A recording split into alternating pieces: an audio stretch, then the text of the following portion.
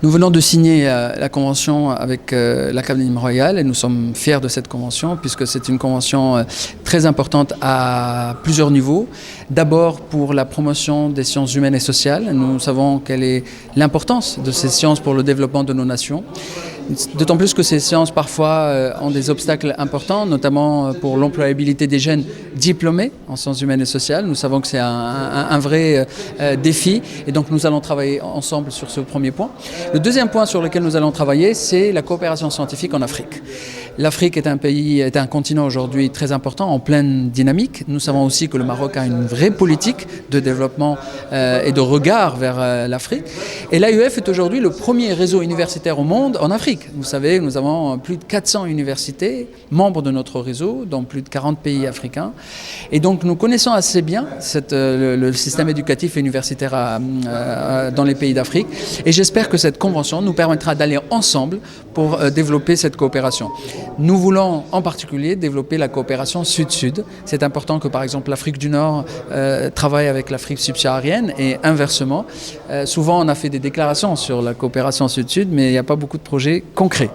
Avec l'Académie, j'espère qu'on portera des projets très très concrets, comme par exemple l'enseignement des langues, qui paraît comme une priorité absolue. Il faut qu'aujourd'hui on apprenne à enseigner les langues de manière différente, pas que le français, mais les langues en général.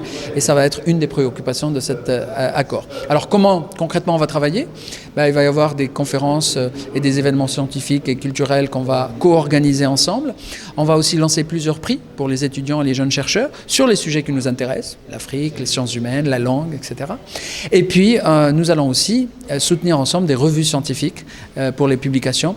Comme vous le savez, j'ai annoncé tout à l'heure la signature avec le gouvernement marocain de la création de l'Académie internationale de la francophonie scientifique. J'espère que les deux académies vont pouvoir collaborer.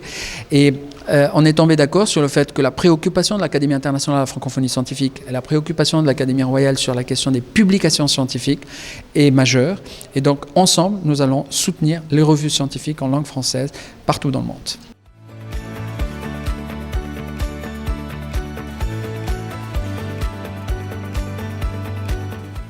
Aide le chercheur marocain, étudiant ou professeur, à investir le domaine de l'enseignement des langues, du travail au niveau de la linguistique théorique et de la linguistique appliquée, et surtout de la comparaison qu'il y a entre l'enseignement des plusieurs langues. Dans le cadre du plurilinguisme, vous savez très bien que notre identité au Maroc est une identité diverse. Ce n'est pas une identité unique. Et que notre enseignement se fait en plusieurs langues de plus en plus. Il se fait en arabe essentiellement, il se fait en français, mais il se fait aussi en anglais de plus en plus maintenant, et en particulier dans nos universités. Et le fait de pouvoir maîtriser ces différentes langues permet à la modernité d'investir notre enseignement. Et l'étudiant va d'emblée s'inscrire dans la modernité linguistique pour éviter un enseignement tout à fait conservateur, tout à fait passé, tout à fait dépassé. Exemple, tout enseignant de langue doit être inévitablement bilingue.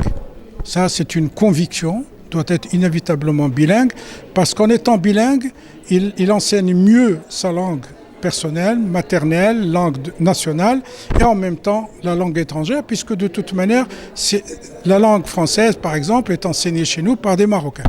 Pour cela, il faut qu'il soit en même temps maître dans sa langue et maître dans la langue qu'il enseigne. Voilà. Merci beaucoup.